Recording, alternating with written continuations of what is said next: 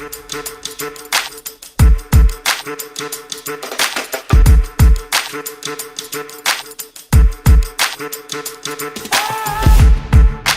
guess my question for you, Andrew, for starters, is like, why did you decide to do this? And the elephant in the room is, what about the Biden administration? A lot of us were kind of speculating, and we're just kind of curious, like the thought process, the decision-making process, and how you decided to run. Well, thanks, guys. For people who are watching this, I know you're zooming in. It's like, me, Tom, Paget, Matt, and Roberto are old friends because we worked on the presidential together. Super grateful that, and the fun thing is when I was campaigning around the country, it's like I'd see Paget at this event. I'd see Matt at a lot of events because Matt literally like relocated. I appreciate so much. I think I met Matt's mom too, which was delightful. She's a great person. So it's great to be back with you all. So we all have a bit of history together, and it would be very reasonable to ask what Tom's asking because we met when I was running for president, and then I was campaigning for Joe and Kamala, and we had talks with the administration. There were some things that I wanted to try and get done nationally, and it was a really interesting time because like as soon as Joe and Kamala won, felt this weight lift because Trump's on the way out now. Holy crap! Can you imagine if Trump had won? Oh, like given what has happened over the last number of days. I tried not. Yeah, it's very dark. So during that time, I was having convos with the Biden team, and we were going back and forth. And then at the same time, there were folks in New York City who were talking to me about running for mayor. And the more I started talking to them, I became more and more compelled. And the more I talked to the Biden administration, like some of the realities of the Biden administration, the big question in my mind, and this actually changed since I made this decision. Because at the time, it was very unclear whether the Democrats would have the Senate. You remember, like I was actually in Georgia campaigning, but there was like a real fear I had that it was going to be the Mitch McConnell show. And then like, if you can imagine trying to get big things done. And I was like, am I really going to like spend years trying to get things done and having just Mitch McConnell like strike everything down? Like that was a very dark feeling. And I was trying to keep that from being a reality by helping John Ossoff and Reverend Warnock win. Yay. So thank you, Yang Gang, for helping make that happen. Those were like the two paths I was on after Joe and Kamala won. And then the New York path became very, very clear to me over time because I just thought I could have a ton of impact and help a lot of people in the biggest city in the country. And I know, it's been great running too. Like I'm going to say this to folks who helped me on the presidential. I enjoy running for mayor more than I enjoyed running for president. The main thing is I see my family every day. I mean, that's a huge freaking change from the presidential. So I'm really glad I made this choice, but I was definitely seriously looking at roles in the Biden administration that address some of the problems I ran for president on. And I hope to still help solve those problems. Like if the Biden administration calls me, I've been trying to push people their way too, particularly in the tech space. Andrew, let me build on that. And, you mentioned that a lot of New York's problems don't have a silver bullet solution. And I'm curious what the organizing principles are behind this mayoral campaign. So with the last national effort, I could summarize Yang as focusing on automation, basic income. Opposite of Trump is a guy who likes math. I'm curious, what are the bullet points for the New York campaign?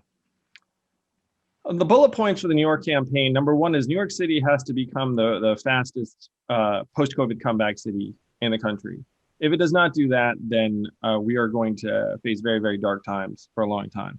And I'm a numbers guy, so here are some of the numbers that have struck me like thunderbolts. Over 25,000 New York City residents have died. I think it may be up to 26,000 or so because people are dying every day. So people are losing their friends, neighbors, loved ones. Over 500,000 have been infected.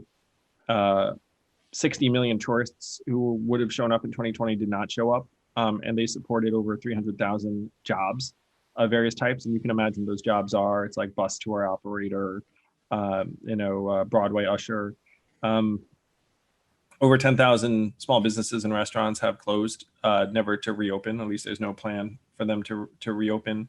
Subway ridership is down over 60%. Midtown real estate is about 80% vacant. The unemployment rate is double that of the national average. So if you look at the concerns are freaking everywhere, and you can feel it everywhere you go. So when you're in that situation, you look up and say, okay, at what point do vaccinations reach a point where everyone's commuting back in and things are more like they were pre-pandemic? And I'm of the opinion that if New York City does not lead that charge, that recovery is going to be very ragged. I think there are a lot of folks. Another number I should have thrown out there: about 250,000 New York City residents have left the city. And there are another, I'm sure, a similar number who right now are weighing whether this is where they're going to be. I have a friend who said to me that one of his key employees came to him and said, "Hey, my wife wants to leave." And then he's like, I mean, that conversation is happening in a lot of different environments. So New York City needs to try to accelerate the recovery from COVID, and it's not going well so far, where the vaccination rollout has not been great. I think it's improving as we speak. So this is a very long-winded bullet, Tom, of saying post-COVID comeback, recovery city is number one. And I think folks have probably heard that what I'm going to use New York City as like the vanguard for is vaccination passport, where you're going to have on your smartphone, look, I got vaccinated, and then you can just scan it and then go into the theater, show, bar, restaurant, club. Like, for New York City to be the post-COVID comeback city, it's going to be the first place where people can gather conscientiously and safely and take their mask off. Because, if everyone in the room has been vaccinated, you're feeling pretty good at that point. So that's number one. Number two is that a lot of the things that I wanted to run on in terms of anti-poverty, we're going to make happen here in New York City. So three of the things that I've already proposed is $1 billion in basic income. Very excited about that.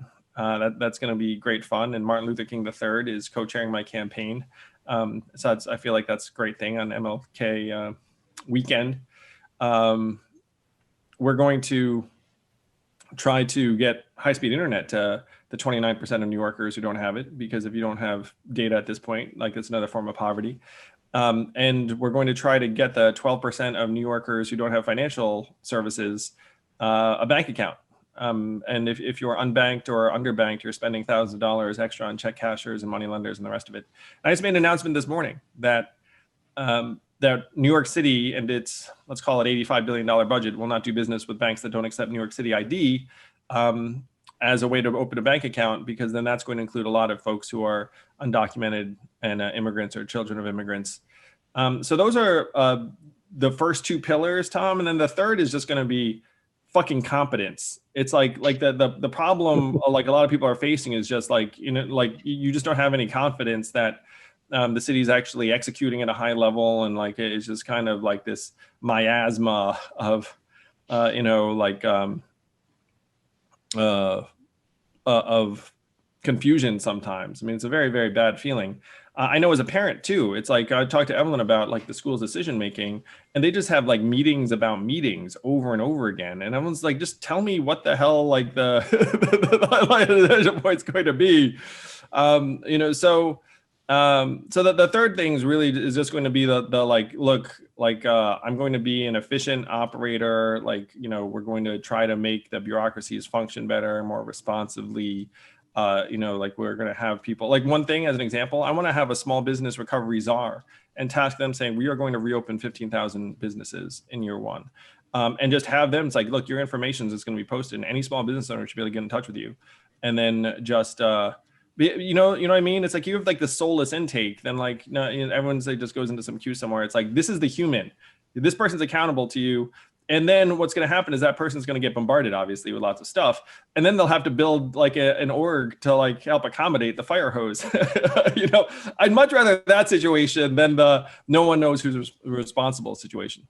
One of the things you said when you were looking at national problems is that there were three responses when you would tell people about those problems. Like, one is like this is not a problem. Another one was like, it's a problem, but we can't fix it. Or a third is we should study it. What are you hearing when you talk to New York insiders about your views and vision? One of the frustrations I would have with a lot of New York City insiders is they don't seem that focused on policy or solutions. Some of them are, and the ones that are, I actually really tend to get along with. Others of them very, very much less so. For others of them, it's like politics as sport, politics as competition. The big problem I have at the city level, and this is something I think I can help with, but this is just the reality. So I ran for president saying, look, we should give everyone $1,000 a month. And people are like, oh, where are you getting the money? And be like, don't worry, we have the money. Like, it'll be fine. On this one, it's like, hey, we should really get the city of New York back on its feet. And then they're like, where are you going to get the money? And that's actually a very real question, because unlike the federal government, like we don't, have the capacity just to, go into debt even to the tune of, billions and billions of dollars. So running New York City is going to be a very, very resource intensive leadership exercise, in the sense that, like, you're going to have to stretch the money. You're going to have to make some very difficult decisions. Like, there is going to be waste that you find. But then what I've been saying to folks is, look, like, when it comes to a lot of the city expenses, you're going to find some fat. And then you're going to look around and say, look, we're going to have to take a little bit of flesh here. So, like, help me find the flesh that you can live without most easily. And let's avoid the bone. You know what I mean? So one example I would use as the bone, it's like, I do not think you should raise subway fares. Like, I think that's the bone. Like, if you raise subway fares, then, like, the already reduced ridership would probably go down, and, your city gets less functional, not more functional. So you have to be very judicious about the way you try and turn to different resources. It's a very different thing than at the federal level. In the federal level's case, I think it's pretty clear for everyone to see at this point. Like, we've had the resources, we've just been spending them on the wrong things. We've just spending them on, like, the defense and corporate bailouts, and, like, bailing out Wall Street for $4 trillion. And if we just put that money in people's hands, our way of life would have been better years ago, decades ago. For New York City, there is a set of resources that comes in and a set of resources that comes out, and it's constrained. And there's going to be approximately a $5 billion budget deficit every year for the foreseeable. So you have to reckon with that in a very real way. And that does limit. So, I think $1 billion to combat extreme poverty in New York City is tremendous. Would I rather it be $10 billion or something, like $100 billion? Of course I would. Like, I can commit to $1 billion, and I feel like we can get there very responsibly. But if I were in charge of the federal government, I would have been like, let's do these stimulus checks, and let's do them every month. There's, like, really no reason not to at this point. So yeah, like, I think that's the biggest distinction in terms of how you have to operate in this kind of setting.